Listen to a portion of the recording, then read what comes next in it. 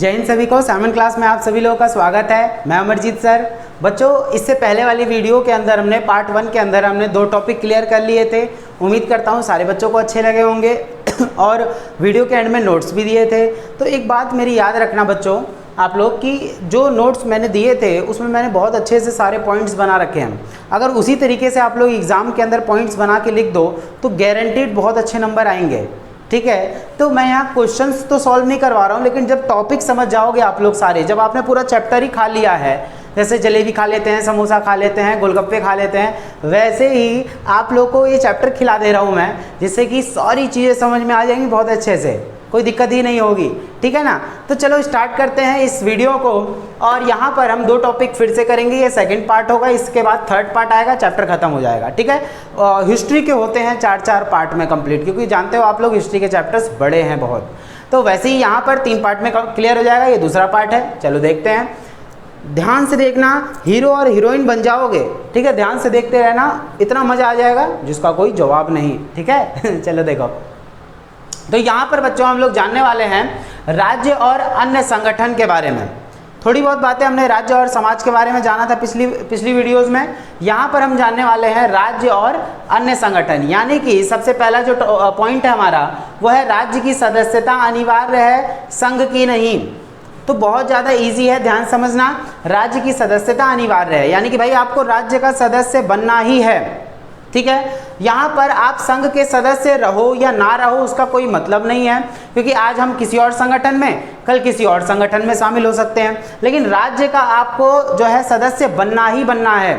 उसकी सदस्यता आप अपनी इच्छा से छोड़ नहीं सकते हैं, लेकिन इसकी सदस्यता, संघ की सदस्यता, ठीक है, आप अपनी इच्छा से छोड़ सकते हैं। ये चीज़ याद रखना। ठीक है, मैं कुछ लाइनें पढ़ रहा हूँ बच्चों, ध्यान से समझते रहना, बहुत इजी है। और जो नोट्स मैं आप लोग को देता हूँ उसी सारी चीज़ों से मैं आप लोग को बता रहा हूँ। और पॉइंट्स इस तरीके से हैं कि अगर आप एग्जाम में लिख देते हैं तो गारंटीड नंबर ना आए तो फिर कहना, मैं तो यही हूँ, 7 क्लास भी यही है। ठीक है ना।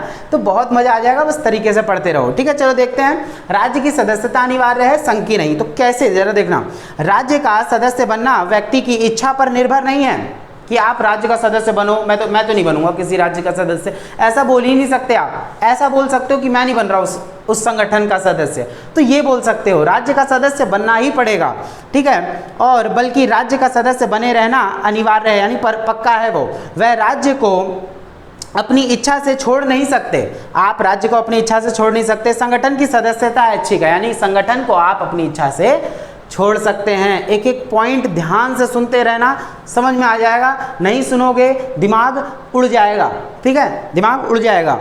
व्यक्ति अपनी इच्छा से किसी भी संगठन का सदस्य बन सकता है, जब चाहे उसका त्याग कर सकता है। तो आप किसी भी संगठन के सदस्य बन सकते हैं और उसको अपनी इच्छा से छोड़ सकते हैं। ये चीज़ समझ में आ गई, ये याद रखना। लेकिन यहाँ इसका सदस्य बनना पक्का ही पक्का है।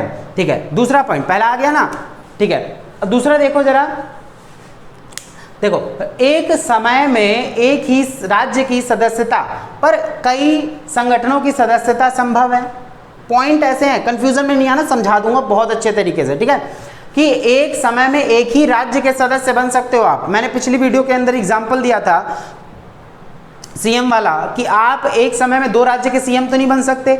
आप एक समय में 2 राज्य के सीएम नहीं बन सकते, एक राज्य के ही सीएम आप रहेंगे। समझ में आई बात। तो ये चीज़ याद रखना। अगर संवैधानिक संशोधन होता है तो बात उसकी अलग है, लेकिन अभी कुछ भी ऐसा नहीं है, तो आप एक राज्य के सदस्य ही रहेंगे। चलो देखते हैं बच्चों। कोई भी व्यक्ति एक समय में एक ही राज्य का सदस्य बन सकता है। एक राज्य की सदस्यता छोड़ने के बाद ही वह दूसरे राज्य का सदस्य बन सकता है। जैसे मैंने बताया था, अगर आप अभी उत्तर प्रदेश के सीएम हैं, तो अगर वो कार्यकाल खत्म होता है और 5 साल पूरे होते हैं, फिर आप दूसरे राज्य के सीएम बन सकते हैं, लेकिन उसके बीच में किसी और राज्य के सीएम नहीं बन सकते, मुख्यमंत्री नहीं बन सकते। तो ये याद रखना। तो सदस्यता छोड़ने के बाद आप बन सकते हैं, पर एक समय में कई संगठनों का सदस्य बना जा सकता है। कि आप जैसे उत्तर प्रदेश में कोई संगठन है, वहाँ का सदस्य बन गए। ठीक है, बिहार का कोई संगठन है, उसका भी कोई सदस्य बन गए। तो सदस्य आप बन सकते हैं अलग अलग इसमें, यानी संगठनों के सदस्य बन सकते हैं, राज्य के नहीं। उम्मीद करता हूँ सारे प्यारे बच्चों को समझ में आ रहा होगा, और दिमाग यहीं रखे रहना। ठीक है ना। देखो जरा, तीसरा क्या है प्यारे बच्चों, देखो कि राज्य के लिए निश्चित भूभाग आवश्यक है। मैंने देखो 4 तत्व बताए थे, जनसंख्या, निश्चित भूभाग, सरकार और प्रभुसत्ता। तो ये है कि निश्चित भूभाग बहुत ज़्यादा जरूरी है। भाई देखो, अगर निश्चित भूभाग ही नहीं होगा तो राज्य सरकार जो है वो कायदे कानून लागू कहाँ करेगी? समझ में आई बात? तो ये चीज़ याद रखना कि राज्य के लिए निश्चित भूभाग आवश्यक है, जिसके अंदर ही सभी व्यक्तियों तथा संस्थाओं पर, संगठनों पर भी राज्य का कानून लागू होता है। ये चीज़ याद रखना। तो उसके आदेश चलते हैं, परंतु संगठन के लिए निश्चित भूभाग की आवश्यकता नहीं है। यानी संगठन के लिए कोई भी निश्चित भूभाग नहीं चाहिए। एक संगठन, 2 संगठन, दूसरे राज्य में वही वाला संगठन, तीसरे राज्य में वही वाला संगठन, तो यहाँ कोई निश्चित भूभाग नहीं। लेकिन हाँ, राज्य के लिए निश्चित भूभाग होना बहुत ज़्यादा जरूरी है।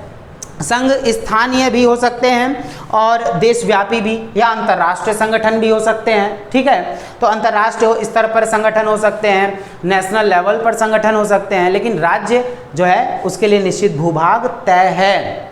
संगठन के लिए कोई निश्चित भूभाग नहीं है, वो कितना भी फैले कोई दिक्कत नहीं है। मैं अपना एक संगठन बना रहा हूँ, मैं उसको नेशनल लेवल तक, इंटरनेशनल लेवल तक ले जा सकता हूँ, लेकिन राज्य के लिए एक निश्चित प्रॉपर्टी या भूभाग होना बहुत ज़्यादा जरूरी होता है, जिसमें वो नियम कायदे कानून लागू करके और अपना जो है राज्य चलाते हैं। क्लियर हो गया सबको? तो ये चीज़ समझना। जब एक बार टॉपिक समझ जाओगे ना तो अपने आप बना बना के लिख दोगे। इसीलिए मैं मेहनत कर रहा हूँ कि ताकि आप लोग जो है 0 लेवल से पढ़ सको। क्वेश्चन आंसर करवाने का कोई फ़ायदा नहीं है कि अगर आपने ये बेसिक पढ़ लिया तो क्वेश्चन आंसर दिमाग से अपने बना ही दोगे। समझ में आई बात? चलो देखते हैं चौथा पॉइंट, राज्य का संगठन पर नियंत्रण। और एक चीज़ और है कि भाई राज्य जो है वो संगठनों पर नियंत्रण रखती है। अगर मान के चलो कोई संगठन है, उसको कोई आंदोलन करना है, या मान के चलो कोई बोल सकते हैं वो एक बोल सकते हैं आंदोलन करना चाहती है कोई संगठन, तो पहले उसको राज्य की परमिशन लेनी होगी कि वो हिंसक है या नहीं है। वो सारी चीज़ राज्य को तो पता होनी चाहिए ना। तो ये चीज़ सबको याद रखनी है कि भाई अगर संगठन, मतलब यहाँ पे राज्य का संगठन पर नियंत्रण, यानी कि हर संगठन पर राज्य का नियंत्रण होता ही होता है। समझ में आ गई बात? तो संगठन कोई भी गैर कानूनी काम नहीं कर सकती, इसीलिए उस पर किसका नियंत्रण होगा? राज्य का नियंत्रण होगा। क्लियर हो गया? दिमाग यहीं रखो, वरना दिमाग क्या हो जाएगा? भंड हो जाएगा। ठीक है, तो ये सारी चीज़ें याद रखे रहना बहुत अच्छे से। ठीक है, हाँ चलो आगे चलते हैं बच्चों। ठीक है, ये कौन है? ये हमारे टमाटर दोस्त हैं। ठीक है, जो हर वीडियो में आते हैं, कुछ वीडियो में नहीं आए थे तो नाराज हो गए थे मुझसे। ठीक है, आ गए ना यहाँ पे, खुश रहना आप। ठीक है चलो आगे देखते हैं। तो यहाँ क्या है, इधर देखो टमाटर महाराज, इधर देखो। हाँ, तो दूसरा टॉपिक है बच्चों, ध्यान समझना कि राज्य और सरकार क्या होता है, कि राज्य और सरकार है क्या, आखिर इनके बीच में संबंध कैसे हैं। ठीक है, चलो ध्यान से सुनना। पहला पॉइंट है क्या है कि सरकार राज्य का एक अंग है। यानी कि सरकार क्या होती है? राज्य का एक अंग। मैंने पहले बता दिया था 4 आवश्यक तत्वों में से एक तत्व है कौन सा? सरकार। तो बड़ा कौन होगा? सोच के देखो जरा, राज्य बड़ी होगी ना। तो ये चीज़ याद रखना। तो सरकार राज्य का एक अंग है। चलो देखते हैं बच्चों, थोड़ा सा इसको पढ़ा देता हूँ मैं आप लोग को इसमें से। बाकी नोट्स तो आप लोग को मिल जाएंगे एंड में, और लाइव भी हो जाएगी जिंगा लाला। टेंशन नहीं लेना, बहुत अच्छे से पढ़ते रहो। साइमन क्लास है आप लोग के साथ, मैं हूँ साथ में, डरना नहीं है। लिखना है ऐसा धड़ल्ले से जिसके नंबर बिल्कुल फुल मिलेंगे। तो राज्य सरकार का एक अंग है। कैसे? देखो, सरकार राज्य के 4 तत्वों में से एक है, जो मैंने आप लोग को बता दिया है, जो राज्य की इच्छाओं को प्रकट करता है। यानी कि देखो कि राज्य है और उस ये देखो फिर आ गई है, कहाँ गई? हट। ठीक है, तो देखो ध्यान से देखना, मक्खी परेशान करती रहती है बहुत ज़्यादा। ये टमाटर हो गया, मक्खी हो गई, ये सदस्य बन गए हैं हमारे, है ना, साइमन क्लास के सदस्य बन गए हैं चलो देखो, तो यहाँ क्या है कि सरकार राज्य का एक अंग है। तो मैंने बता दिया आप लोग को कि हाँ, अगर जनता को कोई जनता की इच्छाएं हैं मान के चलो, तो उसको पूरा कौन करेगा? तो सरकार है। यानी राज्य और जनता के बीच की कड़ी कौन हो जाएगा? सरकार हो जाएगी। सरकार का रहना बहुत ज़्यादा जरूरी हो जाता है। तो उसी प्रकार सरकार को राज्य नहीं कह सकते। यानी कि इसमें बोला गया है कि सरकार को आप राज्य नहीं कह सकते, दोनों अलग अलग चीज़ें हैं। ठीक है ना? तो देखो, तो राज्य के अंडर में ही आता है ना सरकार, तो एक नहीं बोल सकते उसको। तो ये चीज़ याद रखना। राज्य दूसरा है बच्चों, राज्य अमूर्त है और सरकार मूर्त है। यानी कि राज्य को आप नहीं देख सकते, ठीक है, लेकिन सरकार को तो आप देख सकते हो ना। कंप्लेन किससे करोगे? सरकार से ही करोगे ना। लेकिन राज्य से क्या नहीं कर सकते? कंप्लेन नहीं कर सकते, क्योंकि राज्य क्या है? अमूर्त है, हमें ये दिखाई नहीं देती है, लेकिन दिखाई कौन देता है? सरकार दिखाई देती है। ठीक है, हमें कोई भी बात उठानी होती है या अभिव्यक्ति की स्वतंत्रता है, हमें हम अपनी बात रख सकते हैं किससे, सरकार से। क्लियर हो गई, ठीक बा। देखो आगे उसके बाद क्या है, हाँ जैसे मैं पढ़ दे रहा हूँ, राज्य तो एक विचार है, वह दिखाई नहीं देता, पर सरकार मूर्त है, यानी सरकार दिखाई देती है, इससे बातचीत की जा सकती है, यानी सरकार से हम बातचीत कर सकते हैं, अपनी बात रख सकते हैं, पत्र व्यवहार किया जा सकता है। राज्य के 3 अंगों यानी कि जनसंख्या, भूभाग, सरकार को देखा जा सकता है। राज्य के जो 3 अंग हैं उनको देखा जा सकता है, और प्रभुसत्ता को नहीं देख सकते, जैसे राज्य वैसे प्रभुसत्ता। ठीक है, केवल महसूस किया जा सकता है प्रभुसत्ता को, यानी पावर को। तो ये चीज़ समझ में आ गई सभी बच्चों को, नोट्स में दे दूंगा, बहुत अच्छे से देख लेना, आंखें गोल गोल करके देख लेना, मजा आ जाएगा। ठीक है, राज्य अमूर्त है, सरकार मूर्त है, यानी इसको देख सकते हैं, इसको नहीं देख सकते। ठीक है, आगे देखो प्यारे बच्चों, राज्य स्थायी है और सरकार अस्थायी है। भाई राज्य परमानेंट है, सरकारें आती हैं जाती हैं, लेकिन राज्य तो वही रहता है ना। तो ये चीज़ याद रखना, बस दिमाग यही समझते रहो, सारी चीज़ क्लियर हो जाएंगी। देखो, राज्य तो स्थायी होता है जब तक इसके पास 4 तत्व हैं। राज्य विद्यमान रहता है परंतु सरकारें बदलती रहती हैं। राज्य वहीं का वहीं रहेगा, लेकिन जो है सरकारें आई और गई, 5 साल रहेंगी या उससे पहले भी हट जाती हैं कई बार। सरकार का स्वरूप बदल सकता है। लोकतंत्र में तो हर चुनाव के बाद सरकारें बदलती रहती है, जैसे हमारे देश में 5 साल कोई सरकार रही, फिर उसके बाद दूसरी सरकार आ जाती है। अगर सरकार ने अच्छा काम किया होगा तो 5 साल फिर रहेगी, लेकिन चुनाव जरूर होंगे। पर सरकार में परिवर्तन आने से राज्य में कोई परिवर्तन नहीं होता। सरकार परिवर्तन करती रहेगी, लेकिन राज्य में कोई परिवर्तन नहीं होगा। ठीक है, राज्य के 4 आवश्यक तत्व हैं, वो याद रखना है सब लोग को। ठीक है, दिमाग रखो, दिमाग यही रखो। चौथा क्या है बच्चों, देखो जरा, राज्य मालिक है और सरकार सेवक है। तो सिंपल सी बात है, सरकार कार्य किसके लिए कर रही है, राज्य के लिए कर रही है। ठीक है, तो ये चीज याद रखना। क्या बोला गया है, जनसंख्या का ज्यादातर भाग राज्य में सम्मिलित होता है। जनसंख्या का ज्यादातर भाग जो है राज्य में ही है। ठीक है, और जनसंख्या चुनती किसको है, सरकार को चुनती है। तो याद रखना, जबकि सरकार में जनसंख्या का छोटा सा भाग होता है, उसमें सरकार में क्या है, ज़्यादा कर्मचारी नहीं होते, थोड़े कर्मचारी होते हैं, लेकिन जनसंख्या तो बहुत बड़ी होती है ना, तो राज्य वैसे ही बहुत बड़ा होगा। और यहाँ पर सरकारी कर्मचारी ही सम्मिलित हैं। सरकार में बहुत कम व्यक्ति होते हैं, लेकिन राज्य में क्या है, बहुत ज़्यादा व्यक्ति। तो मालिक कौन हो गया भाई, राज्य मालिक हो गई, जिसमें जनता वगैरह सब आती हैं, और सरकार क्या हो गई, उसकी सेवक हो गई। यानी कि बच्चों देखो, जब कोई एक व्यक्ति दावा करता है किसी चीज को लेकर, फिर उसके साथ भीड़ उमड़ने लग जाती है कि नहीं भाई ये बंदा तो सही कह रहा है, ये व्यक्ति सही कह रहा है, ये बहुत अच्छा कह रहा है, तो लाखों की भीड़ जुड़ जाए, तो कहीं ना कहीं सरकार फिर सोचेगी इस चीज पे, सरकार सोचेगी, और फिर बाद में हमको वो अधिकार बना कर दिया जाएगा, तब जाकर हम बोलेंगे हाँ ये तो हमारा अधिकार है। तो पहले दावा होता है, बाद में जाकर अधिकार बनता है। ये सारा मैं मौलिक अधिकार वाले चैप्टर में पढ़ाऊंगा, दिमाग उड़ जाएगा, इतना मजा आ जाएगा जिसका कोई जवाब नहीं बच्चों। देखो, तो ये याद रखना, ये समझ में आ गया, राज्य मालिक है और सरकार सेवक है।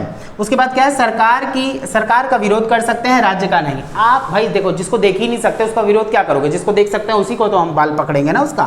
तो सिंपल सी बात है, राज्य का विरोध किया जा सकता है, सरकार का नहीं। यानी कि देखो, राज्य व्यक्ति के लिए अनिवार्य है और राज्य स्वयं कुछ नहीं करता, इसीलिए हम जब भी विरोध करते हैं तो सरकार का विरोध करते हैं। क्लियर हो गया, हम किसका विरोध करते हैं, सरकार का विरोध करते हैं, राज्य का नहीं करते हैं। सरकार द्वारा ही जनता के ऊपर शोषण होते हैं, दोषपूर्ण कानून बनाए जाते हैं, राज्य द्वारा नहीं। अगर भाई कोई सरकार है बहुत अच्छे नियम कायदे कानून बना रही है तो हमारे लिए अच्छा है, लेकिन सरकार अगर कोई गलत काम कर रही है तो हम उसका विरोध कर सकते हैं, राज्य का नहीं विरोध कर सकते। तो क्लियर हो गया बच्चों, उम्मीद करता हूँ सभी लोगों को समझ में आया होगा।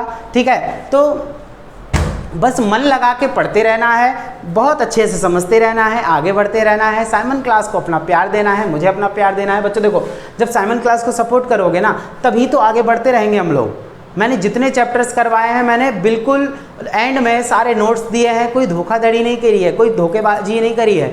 आप लोग बस अपना प्यार देते रहें, साइमन क्लास को आगे लेते जाएंगे, और ऐसी ही अच्छी अच्छी वीडियोस आप लोग के लिए लेकर आता रहूँगा। और आगे बढ़ते रहना, बहुत अच्छे से नंबर आ जाएंगे, टेंशन नहीं लेना है सबको, बस पढ़ते रहना है। ठीक है, बने रहो साइमन क्लास के साथ। धन्यवाद।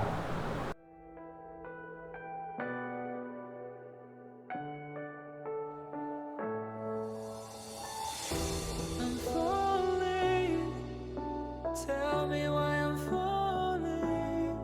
Oh, life's calling, but it's hard because I'm falling.